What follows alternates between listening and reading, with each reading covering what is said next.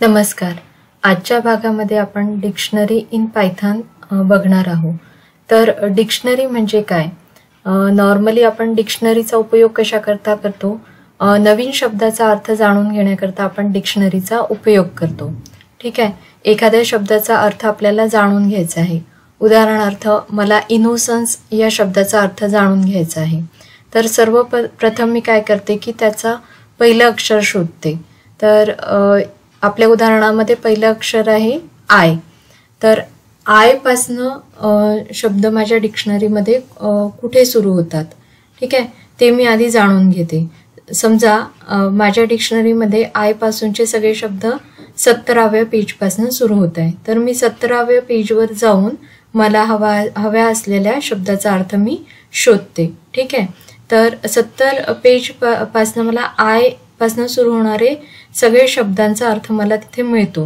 म्हणजेच काय की आय ही जी आहे ती आपली की आहे आणि तिथून सुरू होणारे सगळे शब्द जे आहेत ते आपल्याला पुढे 17व्या पेजपासून मिळत आहेत. म्हणजेच जे बाकीचे जे शब्द आहेत ते झाले त्या कीच्या व्हॅल्यूज.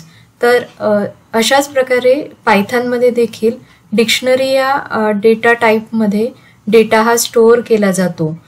तो म्हणजे की आणि व्हॅल्यू पेअरमध्ये डेटा आपला स्टोअर केला जातो. ठीक आहे. तर या भागामध्ये आपण डिक्शनरी या डेटा टाईपचा माहिती करून घेऊया. बाकीचे जे 3 डेटा टाईप्स होते जसे की लिस्ट, टपल आणि सेट, त्याची माहिती आपण मागील भागामध्ये बघितलेली आहे. तर आजच्या भागामध्ये आपण बघणार आहोत डिक्शनरी क्रिएट कशी करायची, त्यानंतर डिक्शनरी मधले जे ॲटम्स आहेत ते ॲक्सेस कसे करायचे, त्यानंतर डिक्शनरीतले ॲटम्स चेंज कसे करायचे, ठीक आहे, त्यानंतर ते अपडेट कसे करायचे, नवीन ॲटम आपण कसे ॲड करू शकतो आणि एक्झिस्टिंग ॲटम आपण डिलीट कसे करू शकतो. ठीक आहे. तर सर्वप्रथम आपण डिक्शनरी म्हणजे काय ते जाणून घेऊया. तर ही एक डिक्शनरी आहे जिचं नाव आहे डिक्शनरी dict1. हे एका व्हेरिएबलचं नाव आहे. ठीक आहे. तर यामध्ये आपण आपली डिक्शनरी स्टोअर करणार आहोत. त्यामुळे इथे इक्वल टू साइन दिलेले आहे आणि डिक्शनरी क्रिएट करण्याकरता आपल्याला कर्ली ब्रॅकेटचा उपयोग करायला लागतो. ठीक आहे. आता हे जे आपण बघतो आहे हे आहे की व्हॅल्यू पेअर. ठीक आहे. तर इथे आपण बघू शकतो आपल्याला 3 की व्हॅल्यू पेअर दिसतात आहे. ही पहिली की, त्याची व्हॅल्यू. ठीक आहे. तर की आणि व्हॅल्यू यांच्यामध्ये कोलन दिलेला आहे. की आपण लिहिल्यानंतर कोलन दिलेला आहे, त्याची व्हॅल्यू, त्यानंतर कॉमा, दुसरी की कोलन त्याची व्हॅल्यू, कॉमा, तिसरी की कोलन त्याची व्हॅल्यू. ठीक आहे. तर की व्हॅल्यू पेअरमध्ये आपण डिक्शनरी या डेटा स्ट्रक्चरमध्ये व्हॅल्यूज या चेंज करू शकतो. आता ही जी की व्हॅल्यूची पेअर आहे, ठीक आहे, तर याला आपण म्हणतो ॲटम 1. ही कंप्लीट पेअर जी आहे ती डिक्शनरी मधली ॲटम 1 नावाने ओळखली जाते. ठीक आहे. त्याच पद्धतीने ही दुसरी पेअर असेल ॲटम 2 आणि तिसरी पेअर असेल ती म्हणजे ॲटम 3. तर एकूण 3 ॲटम्स आपल्या डिक्शनरीमध्ये स्टोअर केलेले आहेत. ठीक आहे. तर आपण प्रॅक्टिकली ही डिक्शनरी कशी क्रिएट करायची, त्यात नवीन ॲटम्स कसे ॲड करायचे, डिलीट कसे करू शकतो किंवा त्याचे ॲटम्स आपण ॲक्सेस कसे करू शकतो, हे सगळं आपण आता प्रॅक्टिकली एक्झिक्यूट करून बघूया. Dictionaries are use to store data values in key value pair. ठीक आहे. जसं आपण आधी बघितलेलं आहे की डेटा आपला की व्हॅल्यू पेअरमध्ये स्टोअर राहतो. ठीक आहे. आता dictionary is a collection which is ordered, changeable and do not allow duplicates. आता यातील प्रत्येक शब्दाचा अर्थ आपण बघूया. सगळ्यात पहिले आपण डिक्शनरी क्रिएट कशी करायची. ठीक आहे. तर इथे एक एक्झाम्पल मी घेतलेलं आहे. दिस डिक्शनरी नावाची एक डिक्शनरी मी क्रिएट केलेली आहे. त्यामध्ये मी 3 ॲटम्स एंटर केलेले आहे. ठीक आहे. तर पहिल्या ॲटम मध्ये ब्रँड ही की आहे, त्याची व्हॅल्यू आहे मारुती.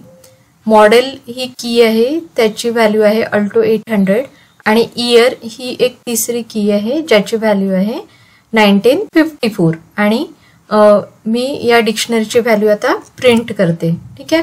तर प्रिंट होताना आपण बघू शकतो कर्ली ब्रॅकेटमध्ये या की व्हॅल्यू पेअर्स आपल्याला इथे प्रिंट झालेले आहेत. ठीक आहे. तर आपण डिक्शनरीला काय म्हटलंय की डिक्शनरीज आर ऑर्डर्ड, म्हणजेच काय की या प्रत्येक आयटम्सची एक ऑर्डर असते, ठीक आहे. परंतु समजा आपण पायथनचं व्हर्जन 3.6 जर यूज करत असणार तर त्या ठिकाणी आपल्याला डिक्शनरी या अनऑर्डर्ड मिळतात, म्हणजेच की आपण इंडेक्स वापरून त्यातले आयटम्स जे आहेत ते ऍक्सेस करू शकत नाही. पण 3.7 पासनं आपण डिक्शनरीमधले आयटम्स जे आहेत ते ऑर्डर्ड आहेत असं डिफाईन केलं जातं. त्यानंतर डिक्शनरीचे आयटम्स जे आहेत ते चेंजेबल असतात, म्हणजेच काय आपण डिक्शनरीमध्ये नवीन आयटम ऍड करू शकतो, एक्झिस्टिंग आयटम रिमूव्ह करू शकतो. डिक्शनरी क्रिएट केल्यानंतर हे आपण अपडेशन्स आपल्या डिक्शनरीमध्ये करू शकतो, म्हणजेच डिक्शनरीज आर चेंजेबल. त्यानंतर डुप्लिकेट्स आर नॉट अलाउड, ठीक आहे. तर या ठिकाणी डिक्शनरीमध्ये डुप्लिकेट्स कसे ओळखले जातात तर आपली सेम की जर असेल तर त्या ठिकाणी जी व्हॅल्यू आहे ती एक्झिस्टिंग की च्या व्हॅल्यूशी ओव्हरराईट होते. जसं की या ठिकाणी मी इयर ही की दुसऱ्यांदा घेतलेली आहे पण त्याची व्हॅल्यू इथे 2020 आहे. इनिशियली मी 1954 अशी डिफाईन केली होती, ठीक आहे.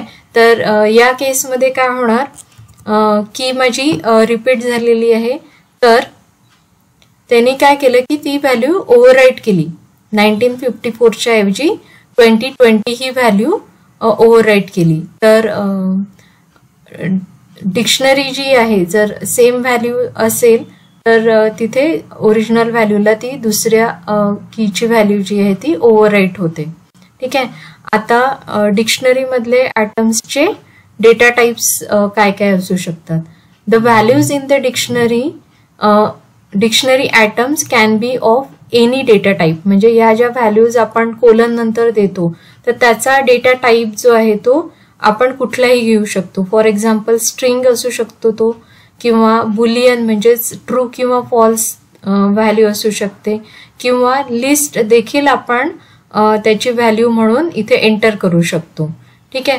तर वेगवेगळ्या डेटा टाइपच्या व्हॅल्यूज ज्या आहेत त्या आपण इथे देऊ शकतो, ठीक आहे. इथे आपण बघू शकतो ही लिस्ट जी आहे ती त्याची की कुठली आहे, कलर्स मध्ये कोलन आणि त्याच्या व्हॅल्यू कुठले कुठले कलर्स आहेत, रेड, व्हाईट आणि ब्ल्यू.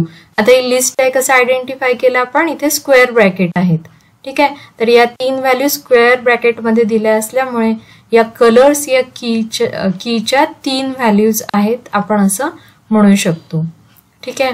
आणि पूर्ण धिस डिक्शनरी जे आपला डिक्शनरी व्हेरिएबल आहे धिस डिक्शनरी त्याचा डेटा टाइप काय आहे तर त्याचा डेटा टाइप आपला डिक्शनरी आहे, ठीक आहे. तर त्या डिक्शनरीमध्ये तुम्ही वेगवेगळ्या डेटा टाइप्सचा डेटा एंटर करू शकता, ठीक आहे. तर की व्हॅल्यू पेअर तर व्हॅल्यूज ज्या आहेत त्या तुमच्या वेगवेगळ्या डेटा टाइप्सच्या असू शकतात, ठीक आहे. त्यानंतर दुसरी पद्धत जी आहे डिक्शनरी क्रिएट करायची ती म्हणजे डिक्शनरी कन्स्ट्रक्टरचा उपयोग करून, ठीक आहे. तर डिक्शनरी कन्स्ट्रक्टर चा उपयोग करून आपण डिक्शनरी कशी क्रिएट करू शकतो त्याकरता आपल्याला DICT हा कीवर्ड यूज करायला लागेल. DICT सगळ्यात पहिले डिक्शनरीचं नाव equal to sign DICT variable, त्यानंतर आता इथे राऊंड ब्रॅकेट आपल्याला द्यायचे आहेत, ठीक आहे. इनिशियली जेव्हा आपण डिक्शनरी क्रिएट केली जिथे आपण की व्हॅल्यू पेअर देतो आहे, ठीक आहे, त्या ठिकाणी आपल्या कर्ली ब्रॅकेट असतात. पण डिक्शनरी हा कन्स्ट्रक्टर ज्यावेळेस आपण वापरतो त्यावेळेस आपल्याला कंपल्सरी DICT, कारण तो कन्स्ट्रक्टर आहे, ती एक मेथड आहे, त्यामुळे याच्या राऊंड ब्रॅकेट येतील. तसंच दुसरा फरक म्हणजे काय की ज्या की व्हॅल्यू आहेत, ठीक आहे, तर त्या कीज मध्ये आपण equal to sign assignment operator देऊन त्या व्हॅल्यूज एंटर करणार आहे. जसं नेम ही की आहे इक्वल टू साइन त्यानंतर त्याची व्हॅल्यू, कॉमा सेकंड कीचं नाव एज इक्वल टू साइन त्याची व्हॅल्यू, ठीक आहे, कॉमा तिसरी की जी आहे ती कंट्री इक्वल टू साइन त्याची व्हॅल्यू नॉर्वे, ठीक आहे. तर अशा पद्धतीने आपल्याला असाइनमेंट ऑपरेटरचा यूज करून आपण की व्हॅल्यू पेअर इथे तयार करतो, ठीक आहे. इनिशियली आपण इथे की व्हॅल्यू पेअर ज्या आहेत त्या त्यांच्यामध्ये कोलन असायचा. ठीक आहे, तर DI या कन्स्ट्रक्टरचा यूज करून आपण नवीन डिक्शनरी ही क्रिएट करू शकतो. ठीक आहे, तर इथे आपण बघू शकतो आपण कीजचे नावं आणि इक्वल टू असाइनमेंट ऑपरेटर आणि त्याची व्हॅल्यू. ठीक आहे, तर आउटपुटमध्ये आपण बघू शकतो सेम त्याच पद्धतीने कर्ली ब्रॅकेटमध्ये आपल्याला व्हॅल्यूज मिळाले आहे. कीजचं नाव कोलन आणि व्हॅल्यूजचं नाव की व्हॅल्यू पेअर आपल्याला आउटपुटमध्ये मिळतीये. फक्त DICT या कन्स्ट्रक्टरचा आपण उपयोग करतो आहे. तर इन्स्टेड ऑफ कर्ली ब्रॅकेट इथे आपल्याला राऊंड ब्रॅकेटचा उपयोग करायचा आहे प्लस असाइनमेंट ऑपरेटर. इनिशियली आपण नॉर्मल डिक्शनरी क्रिएट केली होती त्यावेळेस आपण कर्ली ब्रॅकेट यूज केलेल्या होत्या आणि कोलनचा उपयोग केलेला होता. इन्स्टेड ऑफ दॅट आता आपल्याला काय करायचं आहे, राऊंड ब्रॅकेट आणि असाइनमेंट ऑपरेटरचा यूज करायचा आहे. आता डिक्शनरी क्रिएट केल्यानंतर डिक्शनरी मधले ॲटम्स आपल्याला ऍक्सेस करायचे आहे. तर डिक्शनरी मधले ॲटम्स आपण ऍक्सेस कसे करू शकतो, तर you can access the atoms of a dictionary by referring to its key name inside a square bracket. जसं आपण लिस्टमध्ये बघितलं होतं की लिस्टमधले एलिमेंट आपण त्याचा इंडेक्स स्क्वेअर ब्रॅकेटमध्ये देऊन आपण तो एलिमेंट ऍक्सेस करू शकतो. सेम वे स्क्वेअर ब्रॅकेटमध्ये आपल्याला इथे डिक्शनरीमध्ये काय द्यायचं आहे, कीची व्हॅल्यू. ठीक आहे, तर आता ही माझी डिक्शनरी जी आहे तर एक व्हेरिएबल मी घेतलाय x, कारण त्याची व्हॅल्यू जी येणार आहे ती रिटर्न होणार आहे. त्यामुळे ती कुठेतरी आपल्याला स्टोअर करायला लागेल. त्याकरता मी एक व्हेरिएबलचं नाव घेतलंय x इक्वल टू डिक्शनरीचं नाव आणि स्क्वेअर ब्रॅकेटमध्ये इथे कीचं नाव, मॉडेल हे कीचं नाव आहे. तर त्याची व्हॅल्यू काय आहे, अल्टो 800. तर ही व्हॅल्यू आपली प्रिंट होईल. ठीक आहे, तर इथे मी प्रिंट x नाही केलेलं आहे त्यामुळे आपल्याला आउटपुटमध्ये त्याची व्हॅल्यू प्रिंट होताना दिसत नाही, प्रिंट x. ठीक आहे, तर या ठिकाणी मॉडेल या कीची जी व्हॅल्यू आहे ती x मध्ये स्टोअर झाली आणि ती आपल्याला रिटर्न झाली. त्यामुळे आपण प्रिंट x केल्यामुळे आपल्याला अल्टो 800 ही व्हॅल्यू मिळते आहे. ठीक आहे, तर अशा पद्धतीने स्क्वेअर ब्रॅकेटचा यूज करून आपण डिक्शनरी मधल्या व्हॅल्यूज ज्या आहेत त्या ऍक्सेस करू शकतो.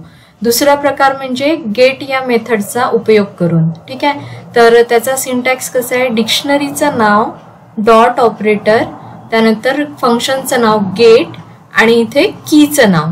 ठीक आहे, तर ही व्हॅल्यू सुद्धा आपल्याला कीची व्हॅल्यू रिटर्न होणार आहे त्यामुळे आपण ती एका व्हेरिएबलमध्ये स्टोअर केली. त्या व्हेरिएबलचं नाव आहे x.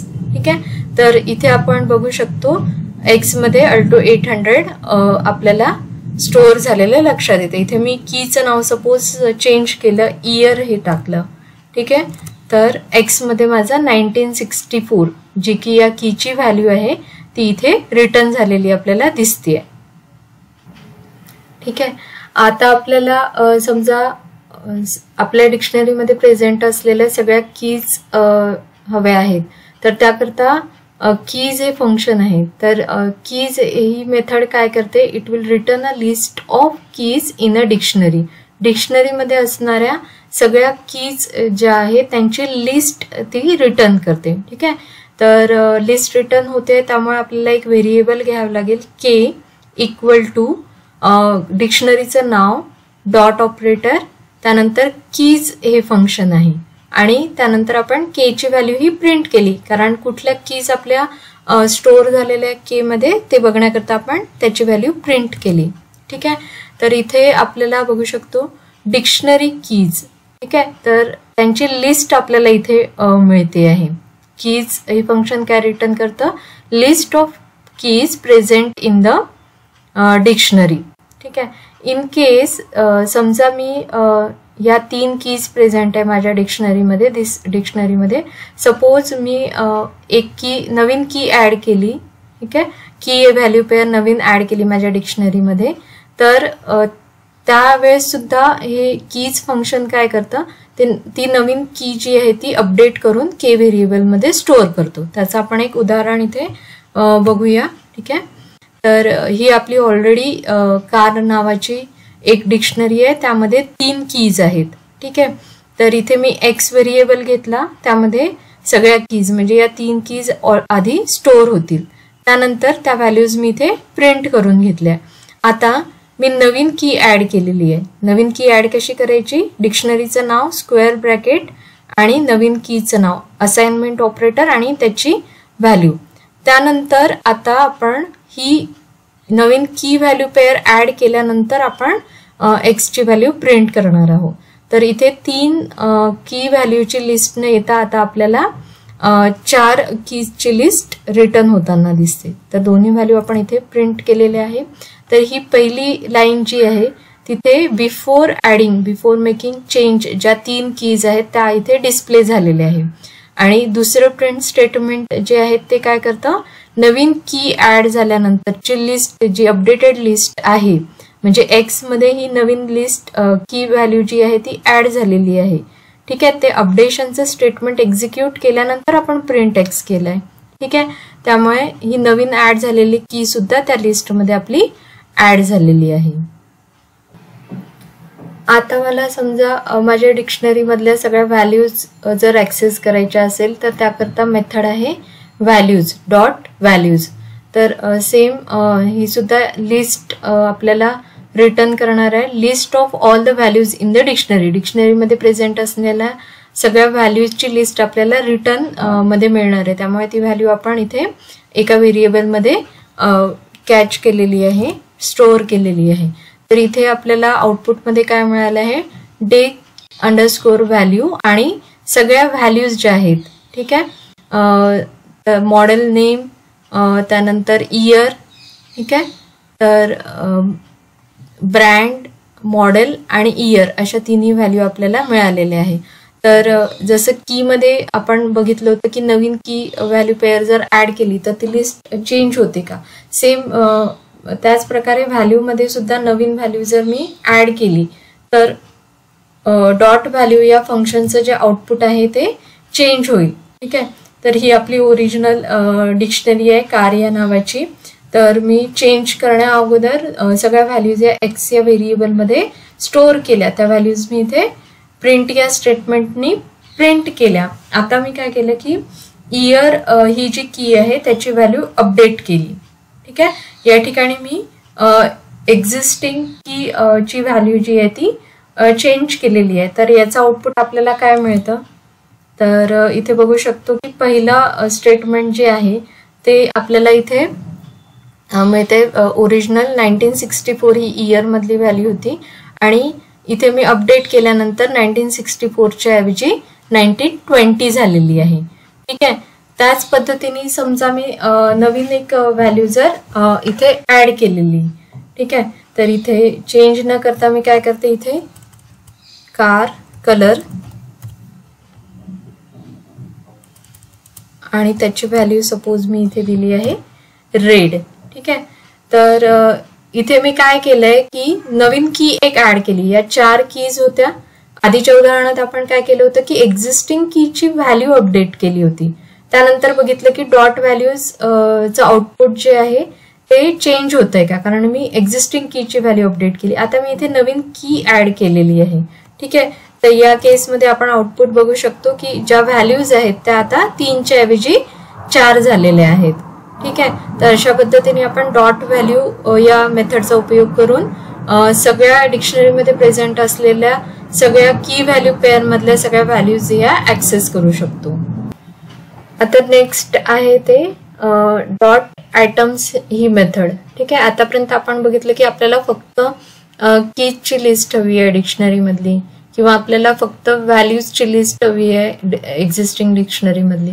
आता आपल्याला कम्प्लीट की व्हॅल्यू पेअर जर हवी असेल त्याकरता आपल्याला आयटम्स या मेथडचा उपयोग करावा लागेल. ठीक आहे, the items method will return each item in a dictionary as a tuple in a list.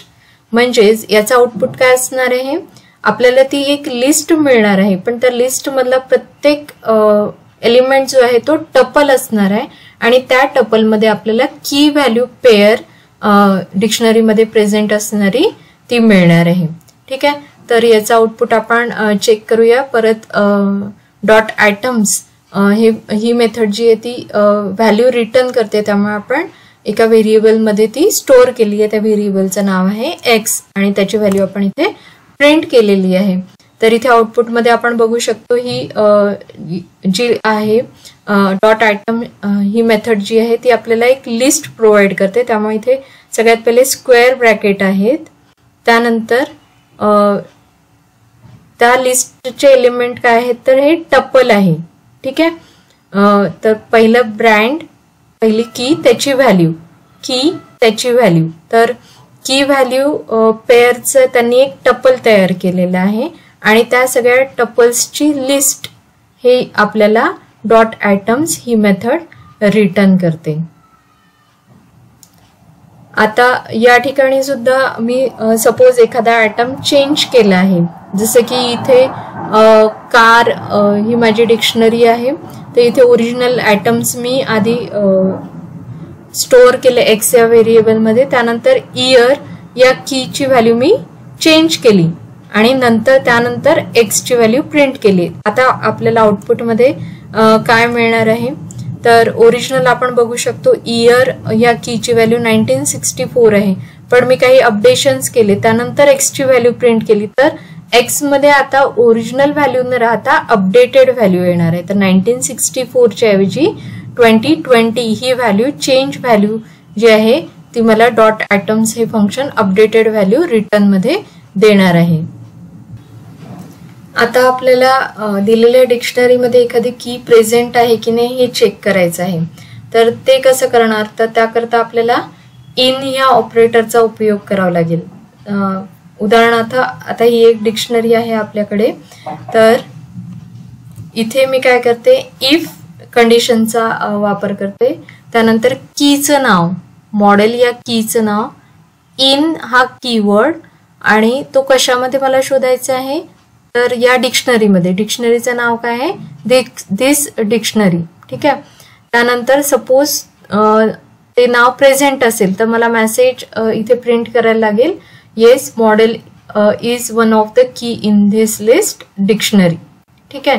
तर इफ आणि इन या कीवर्डचा आपण उपयोग करून चेक करू शकतो की एखादी की आपल्या डिक्शनरीमध्ये एक्झिस्ट आहे की नाही आहे. ठीक आहे. तर मॉडेल इथे एक्झिस्ट असल्यामुळे इथे आपल्याला मेसेज प्रिंट झालेला आहे. सपोज मी इथे एक नवीन काहीतरी नाव घेते कार इन दिस डिक्शनरी, तर कार नावाची की आपल्या डिक्शनरीमध्ये प्रेझेंट नाही आहे आणि इथे आपण इफ कंडिशनला काही एल्स असं दिलं नाही, त्यामुळे आपला कंट्रोल जो आहे तो प्रोग्रामच्या बाहेर येणार. तर इथे कुठलाही मेसेज प्रिंट झालेला नाही कारण कार नावाची कुठलीही की आपल्या डिक्शनरीमध्ये प्रेझेंट नाही आहे. ठीक आहे. नेक्स्ट आहे चेंज डिक्शनरी आयटम्स. ठीक आहे. त्यातलं पहिलं आहे चेंज व्हॅल्यूज. तर आपल्याला एखाद्या कीची व्हॅल्यू जर चेंज करायची असेल तर ती व्हॅल्यू कीची व्हॅल्यू आपण स्क्वेअर ब्रॅकेटमध्ये लिहून त्याची व्हॅल्यू आपण अपडेट करू शकतो. तर इनिशियली आपण बघितलं की इयरची व्हॅल्यू किती होती 1964, त्याऐवजी मी आता 2018 ही व्हॅल्यू मी अपडेट करते. तर स्क्वेअर ब्रॅकेटचा यूज करून आपण एखाद्या कीची व्हॅल्यू जी आहे ती अपडेट चेंज करू शकतो. ठीक आहे. आता नेक्स्ट आहे अपडेट डिक्शनरी. डिक्शनरीला जर आपल्याला अपडेट करायचं आहे तर त्यावेळेस आपण काय करू शकतो की व्हॅल्यू पेअर मध्ये आपल्याला नवीन व्हॅल्यू जी अपडेट करायची आहे ती आपल्याला द्यावी लागेल. ठीक आहे. तर ही आपली एक्झिस्टिंग डिक्शनरी आहे. ठीक आहे. या 3 की व्हॅल्यू पेअर आहेत. ठीक आहे. आता नवीन मी काय करते की याची व्हॅल्यू अपडेट करते, पण अपडेट ह्या मेथडला आर्ग्युमेंट आपल्याला कशी द्यावी लागते in the form of dictionary. Dictionary म्हणजे की आणि व्हॅल्यू च्या ह्याच्यात फॉर्मॅटमध्ये आपल्याला एंटर करावं लागतं. ठीक आहे. तर इथे डिक्शनरीचं नाव, डॉट ऑपरेटर, अपडेट फंक्शनचं नाव आणि कर्ली ब्रॅकेटमध्ये मी परत या कीचं नाव दिलं आणि त्याची व्हॅल्यू कोलन देऊन नवीन अपडेटेड व्हॅल्यू जी मला हवी आहे ती मी इथे एंटर केली आणि आता माझ्या डिक्शनरीच्या व्हॅल्यू मी इथे प्रिंट करते. तर इथे अपडेटेड व्हॅल्यू इथे प्रिंट झालेली आहे. इयरची व्हॅल्यू 1964 च्या ऐवजी आता 2020 झालेली आहे. तर डॉट अपडेट या फंक्शनचा उपयोग करून आपण एखाद्या एक्झिस्टिंग कीची व्हॅल्यू चेंज करू शकतो. पण आपल्याला आर्ग्युमेंट मध्ये देताना, त्या फंक्शनच्या आर्ग्युमेंट मध्ये देताना आपल्याला की व्हॅल्यू पेअर मध्येच नवीन अपडेटेड व्हॅल्यू देणे आवश्यक आहे. ठीक आहे. त्यानंतर सपोज मी नवीन की व्हॅल्यू पेअर ऍड करत असेल. ठीक आहे. तर सेम फॉर्मॅट, डिक्शनरीचं नाव, डॉट ऑपरेटर, अपडेट फंक्शन, फंक्शनच्या राऊंड ब्रॅकेट आणि इनसाइड दॅट डिक्शनरी फॉर्मॅटमध्ये आपल्याला नवीन की व्हॅल्यू पेअर इथे एंटर करावं लागेल. तर नवीन की आहे कलर, त्याची व्हॅल्यू आहे रेड. तर या ठिकाणी माझ्या डिक्शनरीमध्ये एक नवीन ॲटम अपडेट झालेला आहे 4, ज्याची की व्हॅल्यू पेअर आहे, कीची व्हॅल्यू आहे कलर आणि त्याची व्हॅल्यू आहे रेड. ठीक आहे.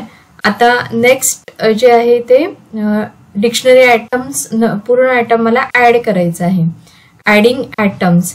Adding an atom to an dictionary is done by using a new index key and assigning a value to it. ठीक आहे. नवीन इंडेक्स की. आता इंडेक्स की असल्यामुळे आपल्याला ती स्क्वेअर ब्रॅकेट मध्ये देणे गरजेचं आहे. ठीक आहे. तर इथे अपडेट मध्ये आपण काय केलंय की अपडेट मध्ये डायरेक्टली डिक्शनरीच्या फॉर्मॅटमध्ये नवीन की व्हॅल्यू पेअर आपण ऍड करू शकतो. पण इथे अपडेट की जर आपण वापरणार नसेल तर डिक्शनरीचं नाव, स्क्वेअर ब्रॅकेट, त्यानंतर जी नवीन व्हॅल्यू आपल्याला की व्हॅल्यू पेअर आपल्याला ऍड करायची आहे त्यातली कीची व्हॅल्यू, असाइनमेंट ऑपरेटर आणि त्या कीची रिस्पेक्टिव्ह व्हॅल्यू आपल्याला इथे एंटर करायची आहे. तर अशा पद्धतीने सुद्धा आपण नवीन आयटम इथे डिक्शनरीमध्ये ऍड करू शकतो. ठीक आहे. आता आपल्याला डिक्शनरी मधला आयटम्स जो आहे तो रिमूव्ह करायचा आहे. तर रिमूव्ह करण्याकरता मेथड कुठली आहे? Pop method. ठीक आहे. तर या पॉप मेथड मध्ये आपल्याला स्पेसिफाईड की जी आपल्याला रिमूव्ह करायची आहे ती देणे आवश्यक आहे. ठीक आहे. तर ही आपली एक्झिस्टिंग डिक्शनरी आहे. तर इथे मी माझ्या डिक्शनरीचं नाव दिलंय डॉट ऑपरेटर, त्यानंतर पॉप हे फंक्शनचं नाव आणि मॉडेल ही की मला माझ्या डिक्शनरीमधनं रिमूव्ह करायची आहे. ठीक आहे. तर अशा पद्धतीने आता माझ्या डिक्शनरीमध्ये 2च आयटम राहिलेले आहे. ठीक आहे. आता लिस्ट किंवा टपल मध्ये आपण जसं बघितलं की पॉप मध्ये सपोज आपण आर्ग्युमेंट दिली नाही तर तो लास्ट जो आयटम आहे तो रिमूव्ह करतो. पण या केसमध्ये आपण जर पॉपला आर्ग्युमेंट दिली नाही तर तो एरर देतो, पॉप एक्सपेक्टेड ॲटलिस्ट 1 आर्ग्युमेंट. ठीक आहे. तर आपल्याला इथे एखाद्या कीची व्हॅल्यू देणं आवश्यक आहे. तर मी इथे मॉडेल या कीचं नाव दिलेलं आहे तर ती डिलीट झाली. सपोज मला पर्टिक्युलर लास्ट इन्सर्टेड एलिमेंट जर रिमूव्ह करायचं आहे त्याकरता फंक्शनचं नाव आहे पॉप आयटम. ठीक आहे. तर पॉप आयटम काय करतो, जो सगळ्यात शेवटी इन्सर्ट केलेला आयटम आहे डिक्शनरीमध्ये तो माझा रिमूव्ह करतो. इन्स्टेड ऑफ पॉप मला आता मेथड वापरायची आहे पॉप आयटम. तर या डिक्शनरीमध्ये शेवटचा आयटम आहे इयर. तर मी पॉप आयटम या मेथडचा उपयोग करून हा लास्ट आयटम जो आहे डिक्शनरी मधला तो डिलीट करू शकते. ठीक आहे. तर या ठिकाणी आता ब्रँड आणि मॉडेल अशा 2च की व्हॅल्यू पेअर इथे एक्झिस्ट राहिलेले आहेत. तर पॉप आणि पॉप आयटम या 2 फंक्शन मधला हा फरक आहे. ठीक आहे. पॉप मध्ये आपल्याला आर्ग्युमेंट देण्याची आवश्यकता आहे. Pop item last inserted element जो आहे तो रिमूव्ह करतो. ठीक आहे. आता नेक्स्ट जे आहे ते म्हणजे डेल कीवर्ड. डेल कीवर्ड काय करतं, आयटम आपला डिक्शनरी मधला रिमूव्ह करू शकतो. तर डेल कीवर्ड सोबत आपल्याला डिक्शनरीचं नाव आणि स्क्वेअर ब्रॅकेट मध्ये त्या पर्टिक्युलर कीचं नाव आपल्याला इथे एंटर करावं लागेल. तर त्याची रिस्पेक्टिव्ह एंट्री पूर्ण की व्हॅल्यू पेअर ही डिलीट होईल आपल्या डिक्शनरी मधनं. ठीक आहे. तर इथे ब्रँड आणि इयर अशा 2च की व्हॅल्यू पेअर आपल्याला दिसू शकतात. तर डेल या कीवर्डचा हा फंक्शन नाही तर हा कीवर्ड आहे डेल. त्यानंतर डिक्शनरीचं नाव आणि स्क्वेअर ब्रॅकेट मध्ये आपण कीची व्हॅल्यू आपण इथे एंटर करू शकतो. ठीक आहे. त्यानंतर मला संपूर्ण डिक्शनरी जर डिलीट करायची असेल तर इथे आपल्याला डेल आणि डिक्शनरीचं नाव, त्यानंतर मी जर ही डिक्शनरी प्रिंट केली तर मला इथे एरर डिस्प्ले होईल की ही डिक्शनरी प्रेझेंट नाही आहे. ठीक आहे. तर इथे मला एरर मेसेज आलेला आहे, this dict is not defined, कारण मी इथे डेल कीवर्डचा उपयोग करून ती डिक्शनरी डिलीट केली, त्यानंतर मी प्रिंट करण्याचा प्रयत्न करते, त्यामुळे इथे मला असा मेसेज हा डिस्प्ले होतो आहे. त्यानंतरची मेथड आहे क्लिअर. क्लिअर मेथड काय करते की आपल्या ज्या डिक्शनरी मधले एलिमेंट्स जे आहेत ते क्लिअर करते, म्हणजे आपली डिक्शनरी जी आहे ती एम्प्टी होईल. ठीक आहे, तर इथे आपण बघू शकतो डिक्शनरी आपली एक्झिस्ट जी आहे ती, त्यानंतर डॉट ऑपरेटर आणि क्लिअर हे फंक्शन. आता मी जर दिस डिक्शनरी प्रिंट केली तर त्याचे एलिमेंट काय मिळतील मला, ठीक आहे, एम्प्टी डिक्शनरी मला इथे मिळालेली आहे. 2 कर्ली ब्रॅकेट मध्ये एलिमेंट्स आपले नाही आहेत, कारण आपण इथे क्लिअर मेथडचा उपयोग केला. डिक्शनरी आहे पण त्याच्यामध्ये एलिमेंट नाही. धिस डिक्शनरी यातले एलिमेंट्स जे आहेत ते मी रिमूव्ह केलेले आहे, पण मेमरीमध्ये त्यांनी जागा अलोकेट केलेली आहे, बट त्यातले एलिमेंट नाही आहे. डेल काय करतं, कम्प्लिटली डिक्शनरी तुमच्या मेमरीमधनंही डिलीट करते. तर अशा प्रकारे आपण डिक्शनरीची थोडक्यात माहिती या भागामध्ये बघितलेली आहे. पुढच्या भागामध्ये डिक्शनरीचे अजून फंक्शन्स जे आहेत ते आपण बघूयात. भेटूया पुढच्या भागात. नमस्कार.